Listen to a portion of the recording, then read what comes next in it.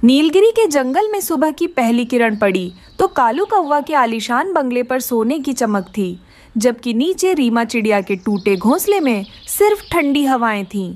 गरीबी की मार ऐसी थी कि नन्हा सा घर तिनका तिनका होकर बिखर रहा था। रीमा की बेटी चुटकी भूख से तड़प रही थी। उसका शरीर बुखार से तप रहा था। टुन्नू जी, देखिए ना, चुटकी की आंखें भी नहीं खुल रही है। क्या आज भी इसे भूखा सोना पड़ेगा? नहीं रीमा, मैं अपनी जान लगा दूंगा, पर आज अनाज लेकर आऊंगा। मैं कालू के पास जा रहा हूँ, शायद उसे पुराना कर्ज याद आ जाए। पिताजी, क्या अमीरों के पास दिल नहीं होता? जग्गू ने कल अपनी जूठन जमीन पर फेंक दी, पर मुझे एक दाना नहीं दिया। बेटा, दौलत अक्सर आंखों पर पर्दा डाल देती है। फिर टुन्नू भागा भागा अपने पैसे लेने के लिए कालू कौवे के पास चला जाता है। टुन्नू कालू के ऊंचे पेड़ पर पहुंचता है। गोरी अपने घर के बाहर खड़ी हुई थी और जग्गू महंगे फलों से खेल रहा था। कालू भाई, मेरी चुटकी मर रही है, बस थोड़ा सा दाना दे दो, मैं आपके घर की सारी सफाई कर दूंगा। सफाई? ओ टुन्नू, तेरे छूने से मेरा घर गंदा हो जाएगा। भाग यहाँ से। अपनी गरीबी की बदबू मेरे घर मत ला। देखो कालू, ये गरीब पैदा ही मांगने के लिए होते हैं। जग्गू, वो बचा हुआ कीमती फल नाले में फेंक दो, पर इस भिखारी को मत देना। ये लो अंकल, अगर दम है तो नाले से उठा लो। टुन्नू बहुत ज्यादा निराश हो जाता है और वापस अपने घर आ जाता है।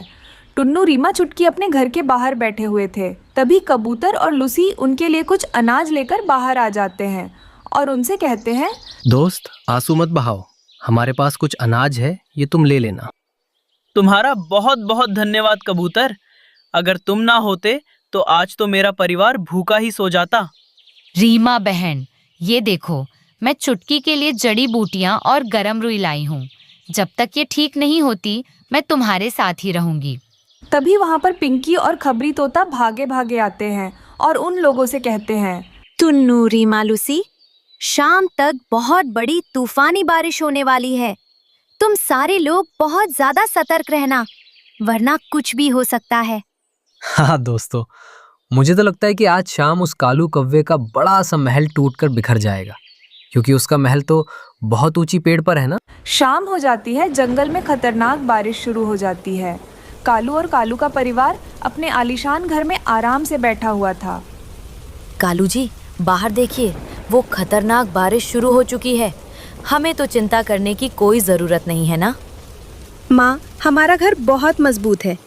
हाँ गोरी, तुम चिंता मत करो, हमारा घर बहुत महंगा और बहुत मजबूत है। वह लोग ऐसे बातें कर रहे थे, तभी उनका घर जोर जोर से हिलने लगता है। कालू जी, देखिए, हमारा घर हिल रहा है। पापा देखो ना, हमारा घर हिल रहा है। अब हमारा क्या होगा? गोरी, जल्दी से अपने बेटे को और अपनी जरूरत का सामान लेकर यहाँ से भागो। हमारा घर अब कभी भी टूट सकता है। वो लोग ऐसे बाहर निकल ही रहे थे, जोरू की हवा आ जाती है और उनके घर टूटकर बिखर जाता है और साथ में कालू और गोरी दूर जा गिरते हैं और जग्गू भी हवा के कारण बहुत दूर चला जाता है। तभी वहाँ से जाता हुआ टुन्नू जग्गू को देख लेता है और अपने पंजों में पकड़कर अपने घर ले आता है। दूसरी तरफ गौरी और कालू अपने बेटे को वहाँ न पाकर रोने लग जाते हैं। कालू जी, हमारा बेटा कहाँ चला गया? गोरी, तुम चिंता मत करो, वो यहीं कहीं गिरा होगा। चलो उसे ढूंढते हैं। वह लोग ढूंढते ढूंढते सीधे रीमा के घर आ जाते हैं और वहाँ पर अपने बेटे को देखकर बहुत खुश हो जाते हैं। टुन्नू, टुन्नू, तुमने मेरे बेटे को बचाया। तुम्हारा बहुत धन्यवाद टुन्नू। अरे कालू, तुम बारिश में क्यों भीग रहे हो? अंदर तो आओ। हाँ कालू भैया, ज़्यादा देर तक बारिश में मत भीगी, ये आपकी तबीयत खराब हो सकती है। आप दोनों अंदर आइए ना। वह लोग अंदर आ जाते हैं और आकर घोंसले में आराम से बैठ जाते हैं। कालू, गोरी बहन, तुम लोगों को चिंता करने की कोई ज़रूरत नहीं है। तुम्हारा घर तो टूट चुका है ना। तुम्हारा घर बनने तक तुम लोग यहाँ पर आराम से रह सकते हो। ये बातें सुनकर कालू और गौरी का सर शर्म से झुक जाता है। सुबह हो जाती है। सुबह होते ही सारे पक्षी एक जगह जमा हो जाते हैं। टुन्नू, तुम्हारा बहुत बहुत धन्यवाद। अगर तुम ना होते तो पता नहीं क्या होता। अरे कालू, धन्यवाद की कोई बात नहीं। हम सब लोग एक परिवार है। एक परिवार में तो झगड़े होते रहते हैं ना। हाँ हाँ, अब तो हम सारे लोग ये खो चुके हैं ना, तो तुम चिंता मत करो, हम लोग फिर से तुम्हारा आलीशान बंगला बना लेंगे। उस दिन के बाद कालू और टुन्नू ने मिलकर एक बड़ा सा बंगला बनाया। कालू का टूटा हुआ दिल हमेशा के लिए प्यार से भर गया। जंगल में अब भी अमीर और गरीब पक्षी थे, पर अब कोई किसी का अपमान नहीं करता था, क्योंकि उन्होंने सीख लिया था कि एकता ही सबसे बड़ी दौलत है। सुंदरवन का मौसम बहुत ही सुहावना था। हल्की हल्की हवा चल रही थी और सूरज की किरणें पेड़ के पत्तों से छनकर नीचे आ रही थीं। इसी जंगल में रीमा चिड़िया अपने परिवार के साथ बहुत खुशी से रहती थी। उसका बेटा कुकू अब थोड़ा बड़ा हो गया था और उड़ने की कोशिश करता रहता था, लेकिन आज जंगल में एक अजीब सी उदासी थी, खासकर उनके दोस्त छोटू कबूतर के चेहरे पर। अरे रीमा, देखो तो, हमारा दोस्त छोटू कबूतर आज कितना उदास बैठा है। वो तो हमेशा गुटर गूं करके सबको हंसाता रहता है। हाँ टुन्नू जी, बात तो चिंता की है, चलो उससे पूछ कर आते हैं। कुकू, तुम यहीं रहना। ठीक है माँ, मैं पिंकी आंटी के आने का इंतजार करता हूँ। रीमा और टुन्नू छोटू कबूतर के पास जाते हैं। छोटू सिर झुकाए बैठा है। क्या हुआ छोटू भाई, तुम इतने परेशान क्यों लग रहे हो? क्या किसी ने कुछ कहा? रीमा बहन, क्या बताऊं, मेरी कम ऊंचाई और मेरी छोटी उड़ान ही मेरी दुश्मन बन गई है। मैं लूसी से प्यार करता हूं और वो भी मुझसे प्यार करती है, लेकिन क्या? लूसी तो बहुत ही प्यारी और समझदार कबूतरी है। लूसी तो ठीक है, पर उसकी माँ, वो बहुत ही स्वार्थी हैं। उनका कहना है कि मैं बहुत नीची उड़ान भरता हूँ। मेरी कदकाठी छोटी है, इसलिए मैं उनकी बेटी की रक्षा नहीं कर सकता। वो लूसी की शादी किसी ऊंची उड़ान वाले कबूतर से कराना चाहती हैं। तभी वहाँ पिंकी, कव्वी और तोता आ जाते हैं। मैंने सब सुन लिया, ये तो सरासर गलत है। अकल और हिम्मत का कद से क्या लेना देना? लूसी की माँ को समझाना होगा। मैं अपनी बुद्धि से कोई तरकीब निकालती हूँ। सही कहा पिंकी, मैं भी तुम्हारे साथ चलूंगा। मैंने सुना है कि लूसी की माँ आज जंगल की सभा में आने वाली है। दूसरी तरफ जंगल के बदमाश कालू कौवा और उसकी पत्नी गौरी को दूसरों के दुख में मजा आता था, लेकिन कालू की माँ एक बहुत ही नेक दिल और अच्छी बुजुर्ग थी, जो हमेशा अपने बेटे को सुधारने की कोशिश करती थी। सुन गौरी, आज मजा आएगा। उस बौने कबूतर की बेइज्जती होगी। लूसी की माँ उसे सबके सामने डांटेगी। हम भी थोड़ा नमक मिर्च लगाएंगे। हाँ कालू जी, मुझे तो वो कबूतर वैसे भी पसंद नहीं। वो हमेशा रीमा और पिंकी के साथ रहता है। आज उसकी शामत आएगी। कालू, गोरी, शर्म नहीं आती तुम दोनों को? किसी की मजबूरी का मजाक उड़ाते हो। याद रखना, अहंकार हमेशा हारता है। वो कबूतर छोटा है, लेकिन दिल का साफ है। ओह माँ, तुम तो बस ज्ञान देती रहती हो, चुपचाप तमाशा देखो। सभा शुरू हुई। लूसी रो रही थी। उसकी माँ गुस्से में पंख फड़फड़ा रही थी।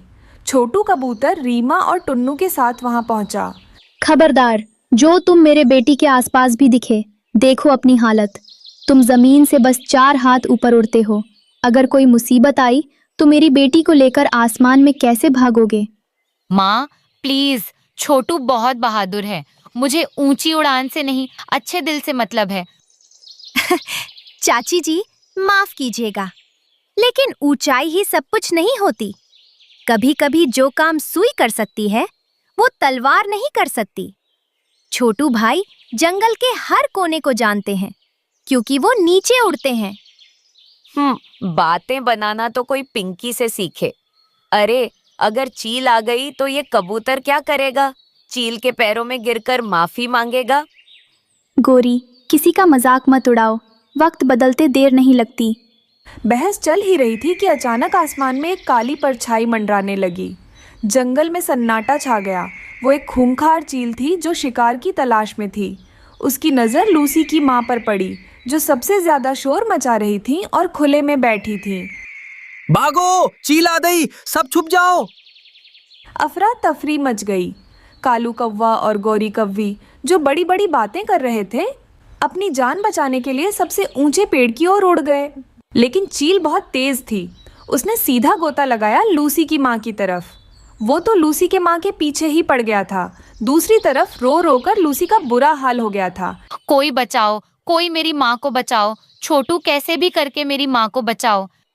तुम चिंता मत करो लूसी, मैं कैसे ना कैसे करके तुम्हारी माँ को उस चील के चंगुल से छुड़ा कर लेकर आऊंगा।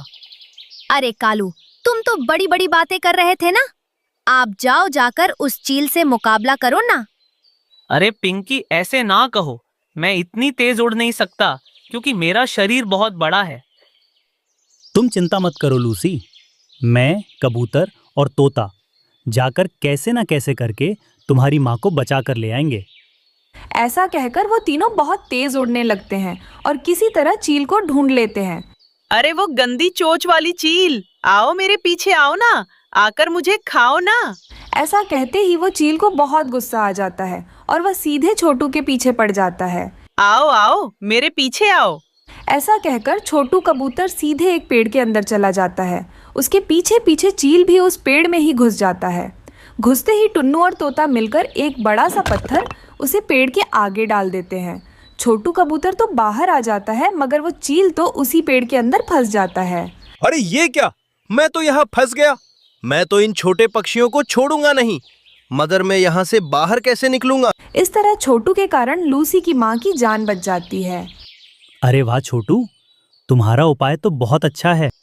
मगर टुन्नू, हमें यहाँ से जल्द जाना होगा, वरना वो चील किसी भी समय बाहर आ सकता है। खतरा टल गया था। सभी पक्षी नीचे आ गए।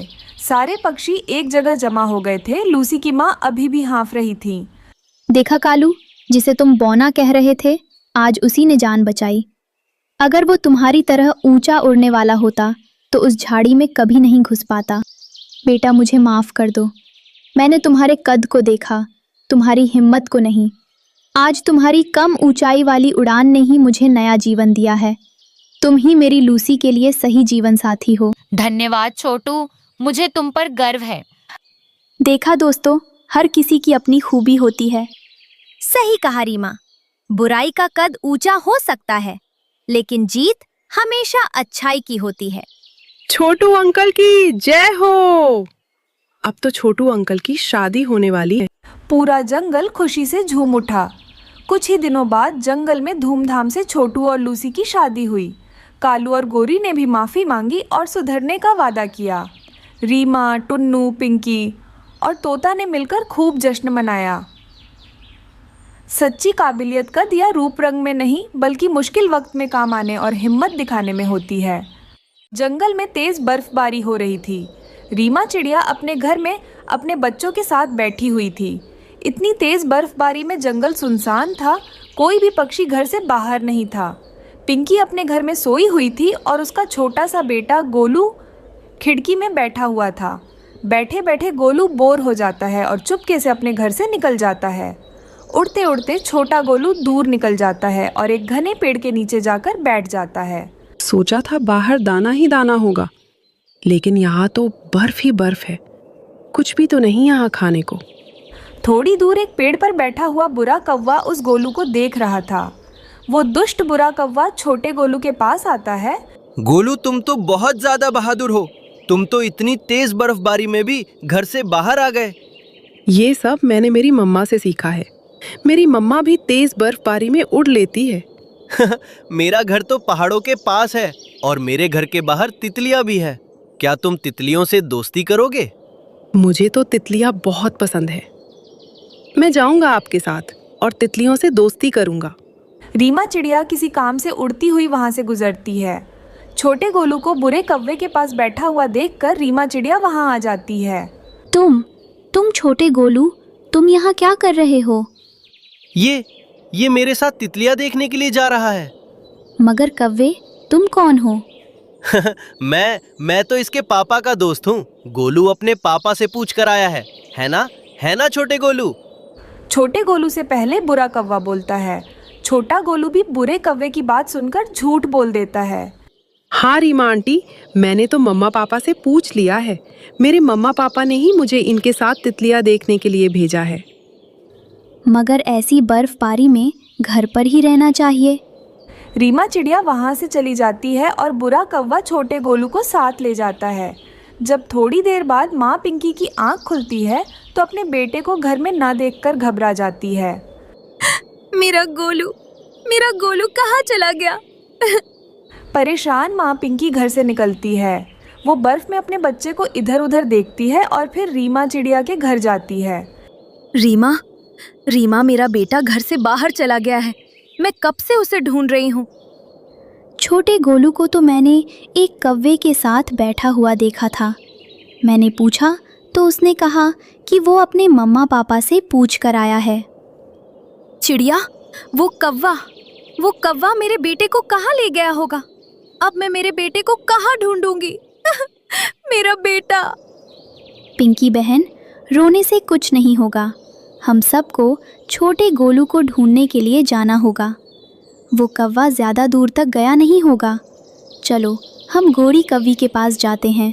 उसे कौवों के बारे में बहुत अच्छे से पता होगा। ऐसा कहकर वो दोनों गौरी कालू के घर चले जाते हैं। ऐसी बड़ी चोंच और बड़ी बड़ी आंखों वाला कौवा सागर वाले जंगल में रहता था। मैं जानती हूँ उसे। और मैंने सुना है वो कौवा बच्चों को पकड़ पकड़ कर खाता है।